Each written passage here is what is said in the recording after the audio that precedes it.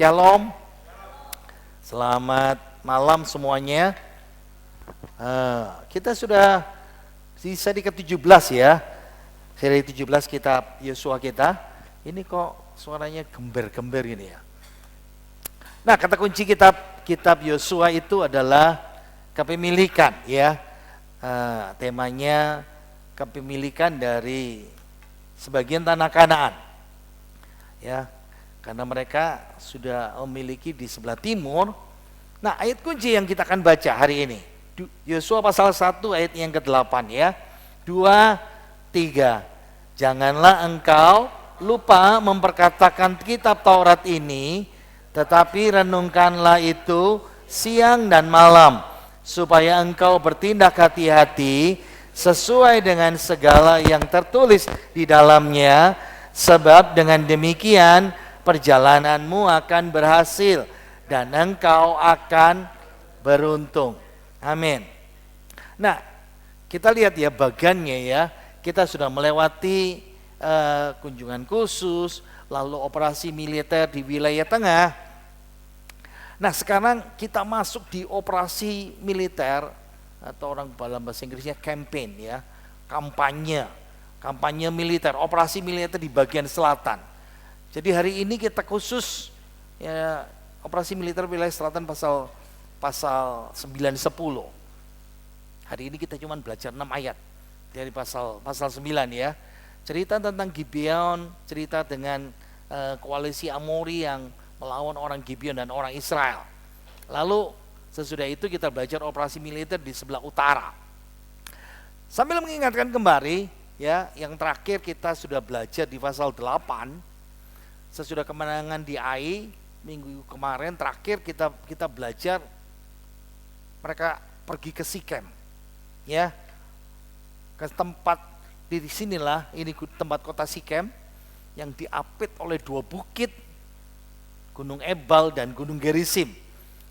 Karena di Ebal mereka mengucapkan kutuk dan di Gerisim mereka mengucapkan berkat. Dan inilah suku-suku yang dibagi di tempatnya Sikem ini. Yang warna putih, suku yang mengucapkan berkat berada di Gunung Gerisim. Suku Simeon, suku Lewi, suku Yehuda, suku Isakar, suku Efraim, suku Manasye, yaitu Manasye di bagian barat dan timur, lalu suku Benyamin ada di situ. Lalu ini suku pengucap kutuk di Ebal, di Gunung Ebal di sebelahnya. Ini suku Ruben, suku Gad, suku Asher, suku Sebulan, suku Dan dan suku Naftali. Inilah mereka semuanya. Jadi Yosua membuat mezbah di sana karena diperintahkan oleh Tuhan sebelumnya melalui Musa di Kanaan. Untuk apa? Pembaharuan perjanjian. Begitu mereka masuk ke tanah perjanjian, kamu harus mendirikan mezbah, bakar korban bakaran dan korban pendamaian, lalu memperbaharui perjanjian mereka dengan Tuhan. Nah, sekarang ini kita sudah masuk pasal yang ke-9, awal-awal. Operasi militer yang ada di tengah, sekarang mereka operasi militer pergi ke selatan. Dan cerita tentang penipuan orang Gibeon, lalu melawan koalisi orang Amori, diceritakan di situ. Nah, sebelum mengerti pasal 9, pasal 10, ingat ya, ini operasi militer di wilayah selatan. Nah, diceritakan di pasal 9-10 ini cerita kegagalan. Wow, ini menolong kita ya. Tidak ada orang yang sempurna, harus dipahami itu. Tidak ada umat Tuhan yang sempurna. Sama seperti kita. Kegagalan apa? Mereka nggak tanya sama Tuhan. Tidak berkonsultasi dengan Tuhan. Padahal mereka sudah punya pengalaman yang lalu. Sesudah mengalahkan Yeriko, taat sama Tuhan. Disuruh Tuhan sampai berkeliling 13 kali. Lalu naik ke atas, ada kota benteng Ai. Diutus 2 pengintai, lalu berkata, kecil. Cuman 2.000, 3.000 nggak banyak, 3.000, 4.000. Nggak usah banyak, nggak usah semua berangkat. Nggak tanya Tuhan dulu. Sesudah kalah baru tanya Tuhan. Tuhan berkata, nggak boleh 3.000, semua orang harus berangkat. Ya, sekarang di pasal 9-10 diulangi lagi. Saya rasa kadang-kadang ini bicara soal kelemahan kita ya. Bicara juga ketidakberdayaan para pemimpin. Siapa? Yosua dan para tua-tua.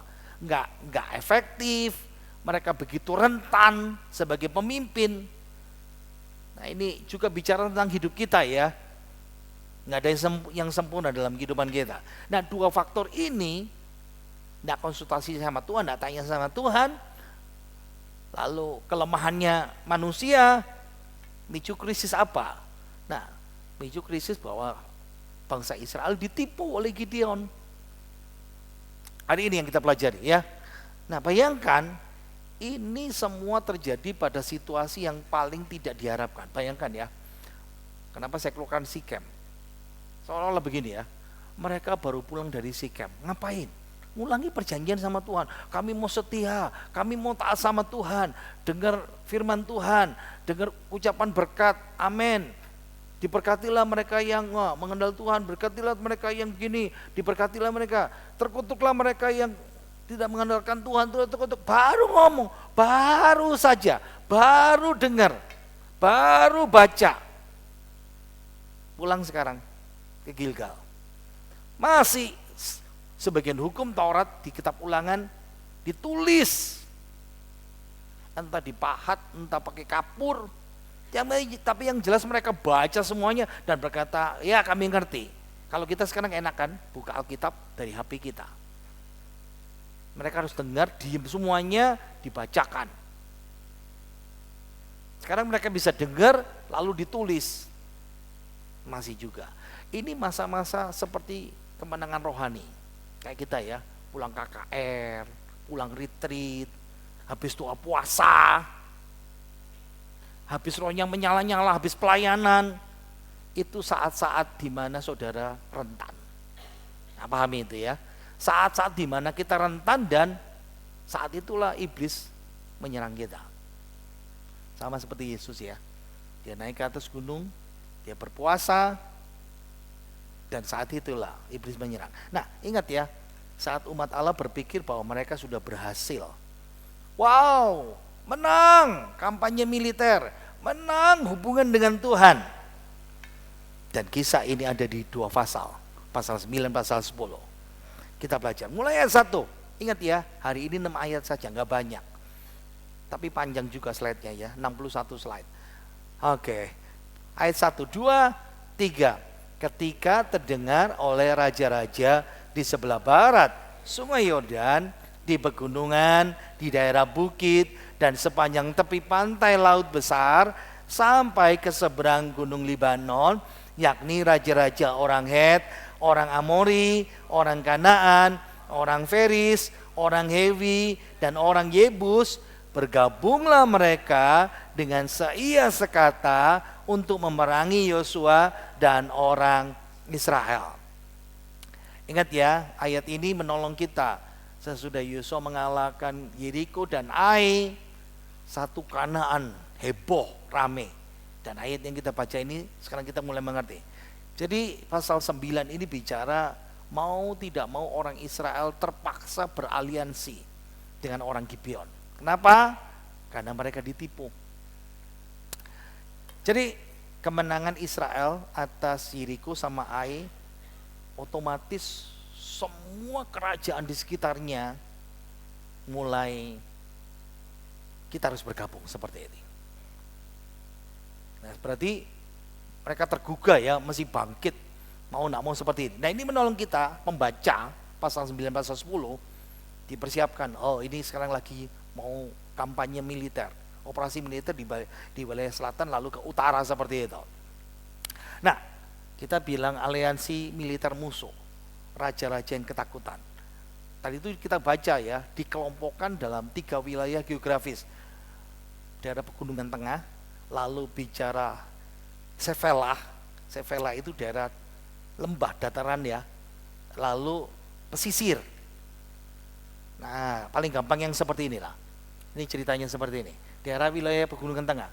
Ini yang dalam apa ini? Yang dalam lingkaran ini daerah gunung-gunung. Ini kelompok negara-negara gini. Jadi jangan membayangkan negara Indonesia, enggak ya. Jadi negaranya itu negara Surabaya. Jadi gini, setiap kota itu negara. Jadi kota berbenteng ada rajanya. Jadi kerajaan Surabaya misalnya begitu. Kerajaan Sidoarjo. Nah, gambarannya seperti itu. Mereka walaupun satu suku, satu keturunan, tapi musuhan. Nah, sudah bisa dibayangkan seperti itu. Nah, kalau wilayah daerah pegunungan wilayah tengah ini ya seperti Yudea.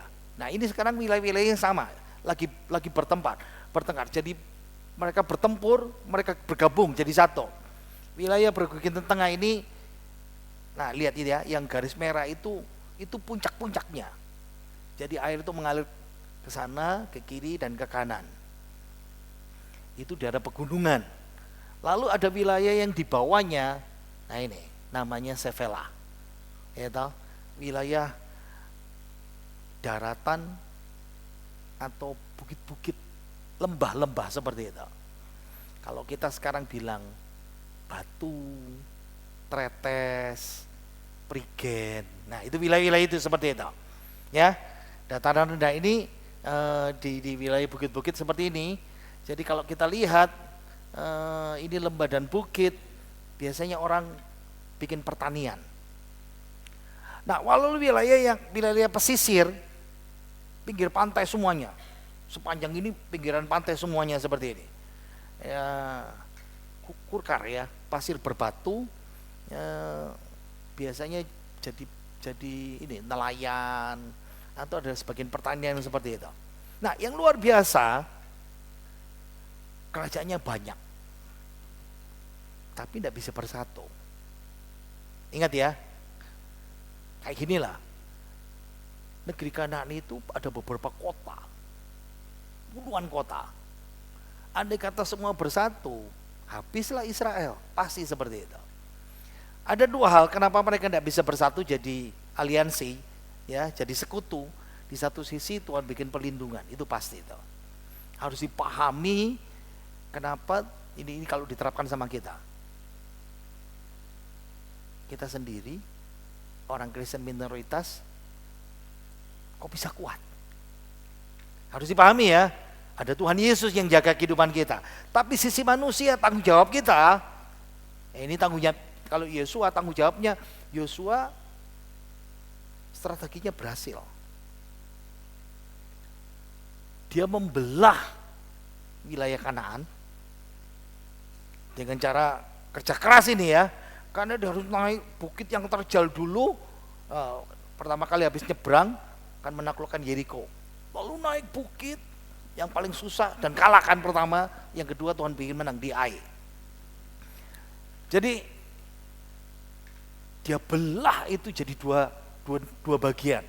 Jadi mereka tidak bisa bersatu. Yang kedua, ingat yang tadi itu ya, wilayahnya terbagi gunung, lembah, darat, lalu pesisir. 3 kelompok ini musuhan. Nah, itu seperti itu. Ini penerapan untuk kita sekarang ya. Jadi kalau musuh kita besar, tidak berdaya melawan kita, tidak usah sombong. Walaupun kita berusaha mungkin seperti Yosua, tapi satu sisi karena Tuhan. Amin. Jika Allah di pihak kita, siapakah? Tapi bukan berarti kita tidur. Santai wis, gak apa-apa wis, biar Tuhan saja. Kan Tuhan berperang ganti kita. Nah, itu salahnya orang Kristen tuh di situ ya, seperti itu. Ingat. Nah, ini ya, operasi militer Yosua membagi Kanaan jadi 2 dulu. Dia masuk wilayah tengah. Makanya ini operasi militer di wilayah tengah. Nah, sekarang dia pergi ke selatan, lalu ke utara. Nah, itu salah satu keberhasilannya si Yosua, atur strategi. Nah, ini bicara sama kita sekarang. Ini tanggung jawab, karena kebanyakan kita orang Pantai Kosta, sudahlah mengalir saja apa kata Tuhan. Nah, itu sok rohani itu, ya. Saya bukan berkata tidak mau menurut Roh Kudus. Nah, itu kadang-kadang dipakai orang seperti itu. Persiapan, strategi, mengatur semuanya, itu penting dalam perjuangan hidup kita itu seperti itu. Harus dipahami ya, keseimbangan yang sama. Di satu sisi Tuhan, tapi kita punya tanggung jawab. Sama seperti Yosua. Nah itu seperti itu. Nah tapi tetap konfederasi, aliansi sekutu ini yang kuat memang terbentuk ya.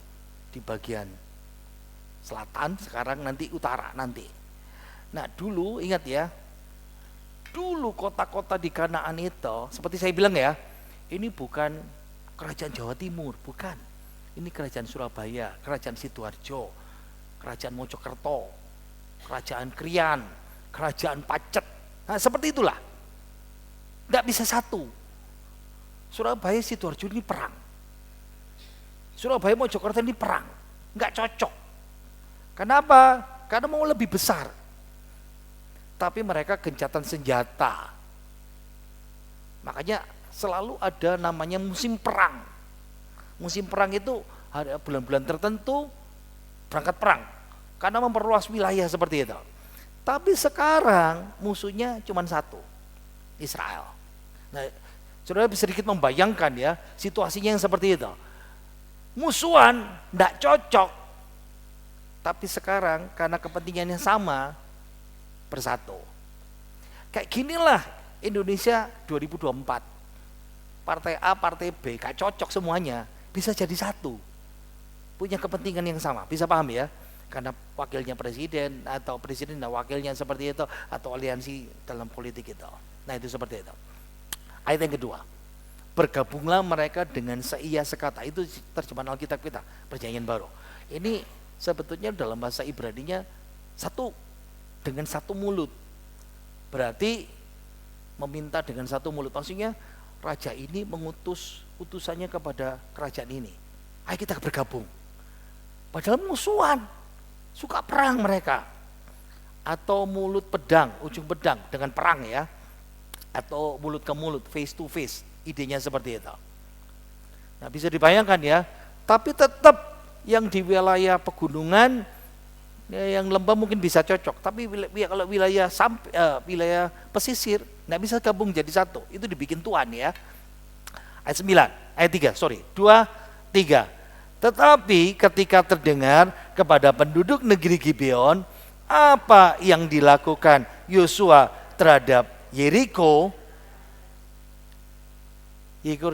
dan Ai, saya lupa ya, Yeriko dan Ai. Nah sekarang gini, tapi masalahnya kota-kota kerajaan itu tidak semuanya kepingin perang. Sekarang ada namanya kota namanya Gibeon, cukup besar. Itu kan jadi nama gereja ya di daerah apa? Duku Kupang di sana ya, daerah sana itu. Gibeon. Itu nama kota orang Gibeon ya. Mereka yakin Yeriko saja kota metropolitan kalah. Ai spesial benteng militer 12.000 kalah. Kita mereka sudah di lembah masalahnya. Wow, mereka nggak bisa bayangkan ya. Makanya mereka mengejar perdamaian. Saya berusaha untuk cari di Google Map peta gambarannya. Gibeon itu dekat sekali sama kota Yerusalem. Hanya 9 km, 9,6 ya, kayak sampai 10. Ya, ingat ya, yang di ujung itu kota Yerusalem, yang di sini ujung itu kota Gibeon. Saudara bisa membayangkan. Begitu dekat. Nah, Gibeon ini kota besar, kota penting. Kenapa?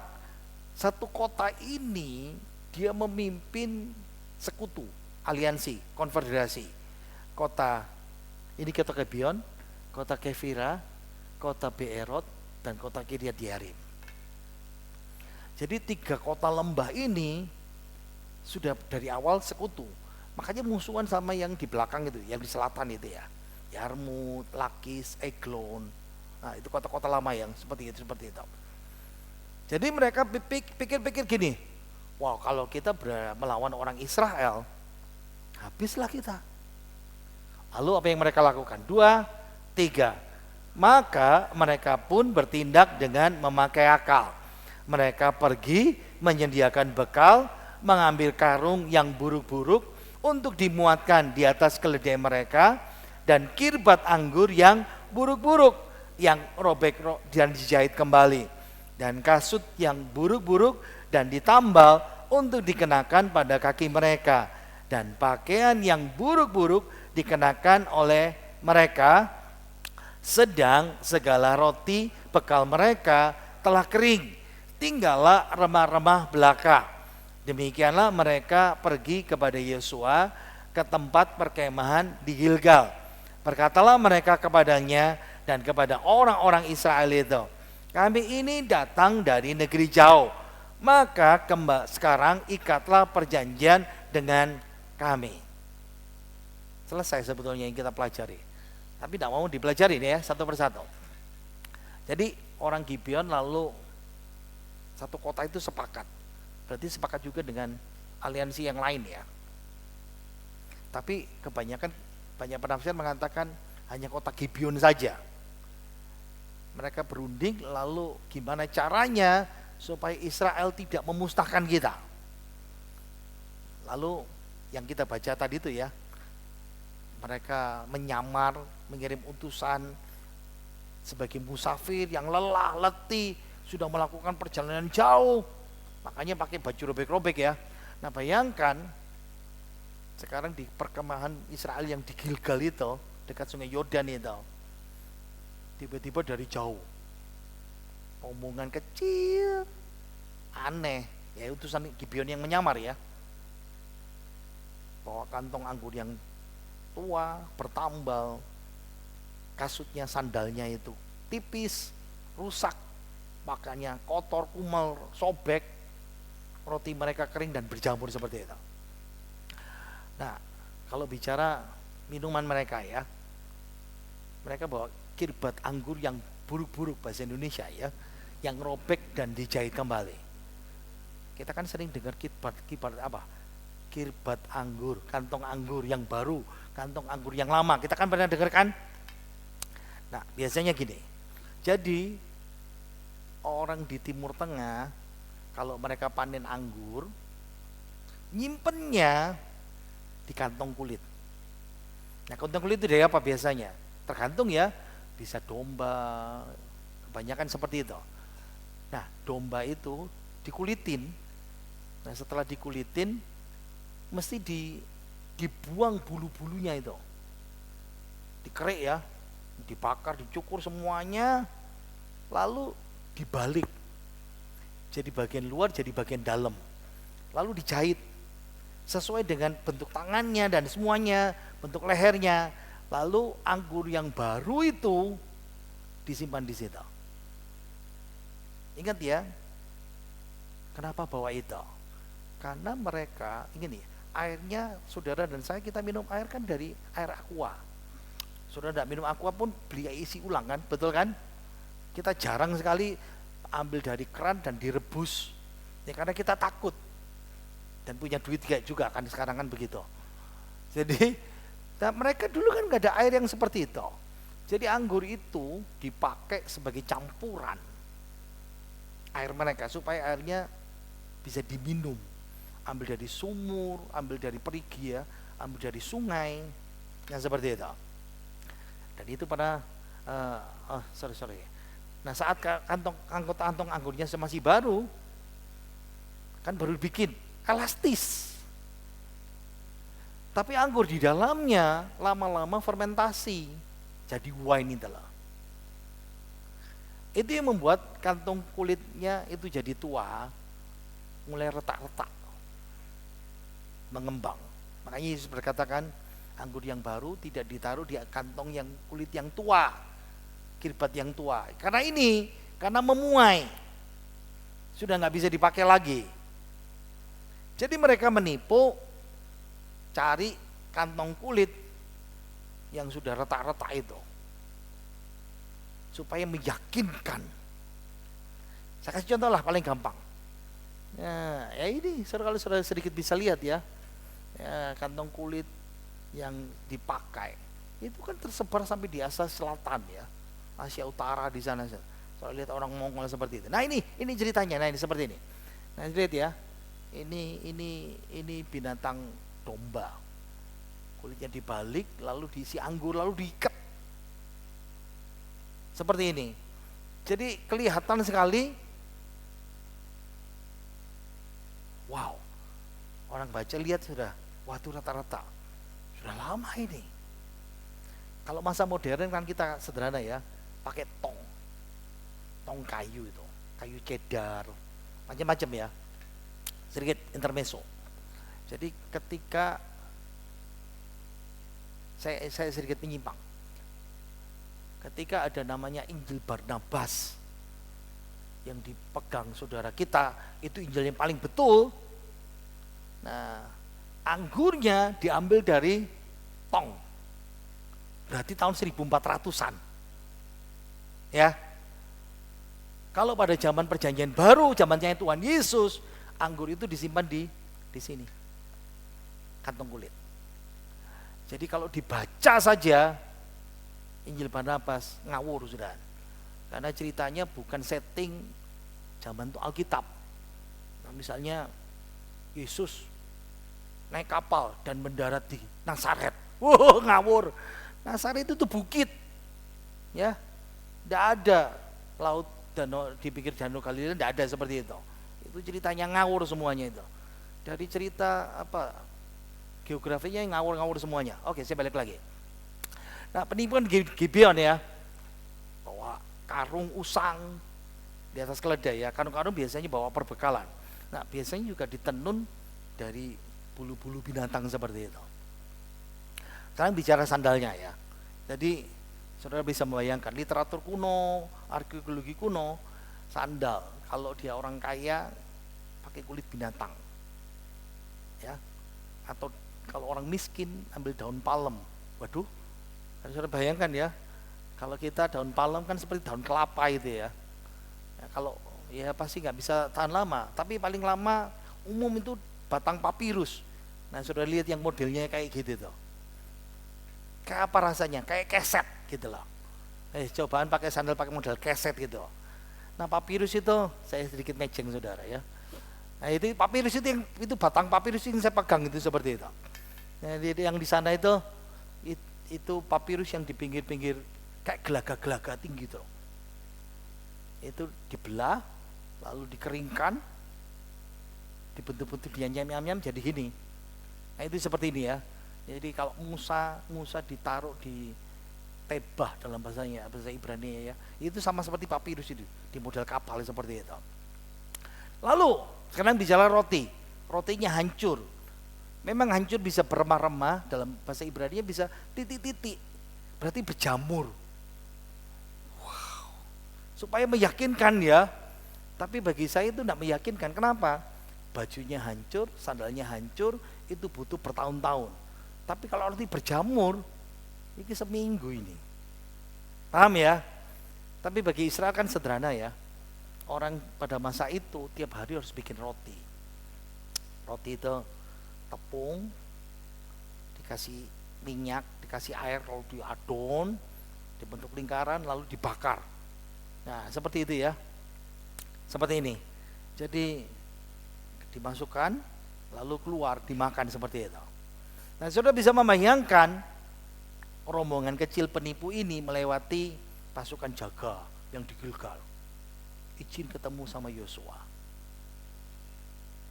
Umat Israel yang lihat pasti tanya-tanya, kan lewat di depan kemah mereka kan, sampai di tengah, Yosua kan di tengah seperti itu.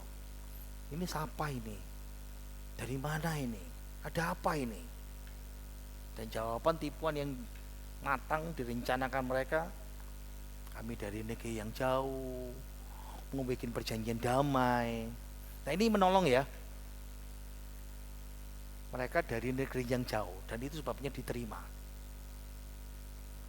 Kenapa bisa diterima? Nah, sepertinya orang Gibeon tahu ketentuan hukum Taurat Musa yang diulangan.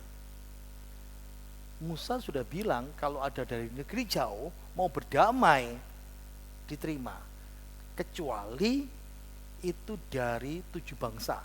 Ya tadi itu Hewi, Girgasi, Amori ya, dan semuanya itu. Jadi dalam Ulangan pasal 20, ayo kita baca ayat 10, 11, 15, baca 2, 3. Apabila engkau dekati suatu kota untuk berperang melawannya, maka haruslah engkau menawarkan perdamaian kepadanya. Apabila kota itu menerima tawaran perdamaian itu, maka haruslah semua orang yang terdapat di situ melakukan pekerjaan rodi bagimu dan menjadi hamba kepadamu. Demikianlah harus kau lakukan terhadap segala kota yang sangat jauh letaknya dari tempatmu, yang tidak termasuk kota-kota bangsa-bangsa di sini. Jadi yang dekat-dekat gak boleh. Wow, ini mind blowing ya. Pertanyaannya, tahu dari mana orang Gibeon? Kemungkinan terbesar adalah prasasti yang ditulis itu di Sikem itu. Mungkin mereka bacakan dekat Sikem dengan kota Gibeon seperti itu. Selesai. Kita belajar hari ini. Apa penerapannya untuk kita? Seberapa bodoh diri kita. Kok mudah sekali orang Israel itu dibodoh-bodohin seperti ini. Tapi masalahnya kita tidak bicara Israel ya. Kita kadang-kadang orang Kristen dibodoh-bodohin juga. Ingat ya, iblis juga mencoba Yesus. Dibodoh-bodohin berusaha dengan pakai ayat. Bukankah ada firman mengatakan kalau engkau menjatuhkan diri, berarti ada malaikat-malaikat menopang engkau.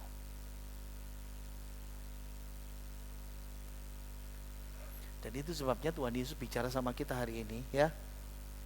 Harus dipahami seperti ini. Kita baca Matius 10 ayat 16, 2, 3. Lihatlah, aku mengutus kamu seperti domba ke tengah-tengah serigala. Sebab itu hendaklah kamu cerdik seperti ular dan tulus seperti merpati. Kebanyakan orang Kristen itu cuma terbagi dua. Iki orang Kristen ulo iki wong iki ulo iki. Kadang-kadang kita kan seperti itu ya. Entah omongannya, entah kelakuannya, entah buletnya, suka ngutang gak bakal bayar, mungkin begitu kan? Ulo omongannya. Tapi ada juga orang Kristen yang tipe kedua. Nah kebanyakan dari kita yang kedua ini. Ini orang Kristen goblok ya. Goblok-goblok kok gelem aja seperti itu. Ya karena sudah tulus seperti merpati. Kan Tuhan bilang masih mengasihi musuh.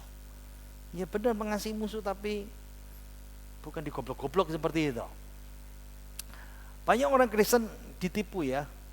Apalagi nanti jangan sampai salah pilih 2024 ya dalam dunia politik. Ya. Jangan cari masalah nanti. Kalau saudara berbisnis, saudara pilihannya kadang-kadang orang Kristen kan pilih dua, orang Kristen ulo atau orang Kristen merpati. Tapi Tuhan Yesus ngajar tulus, cerdik seperti ular, tulus seperti merpati. Ada seorang anak Tuhan berkata, aduh, aku ditipu majelis gereja. Itu loh majelis yang suka berkati pendeta, yang berkati berangkat-berangkat atau pendeta ke Israel itu loh. Nipu saya ratusan juta. Nah itu majelis ulo saudara, paham ya? Sudah ketahuan seperti itu. Wow. Apa yang kita bisa pelajari dari sini ya? Ingat ya, ular, merpati. Tuhan bicara perilaku keseimbangan. Sifat hewan saja kita mau lihat hari ini. Ular itu jelas dan merpati itu bertolak belakang ya. Ular itu selalu simbol kejahatan. Betul ya? Kelicikan. Sosoknya mengerikan. Membahayakan ya. Memang kalau ular kan kelihatan tidak punya kaki, klewes gitu kan modelnya ya. Lemah gemulai. Tapi siapa yang berani pegang? Pernah pegang ular? Pernah foto. Pernah foto kan sama ular kan? Ada yang pernah? Takut-takut semuanya ya. Empuk gitu. Tapi kalau zep,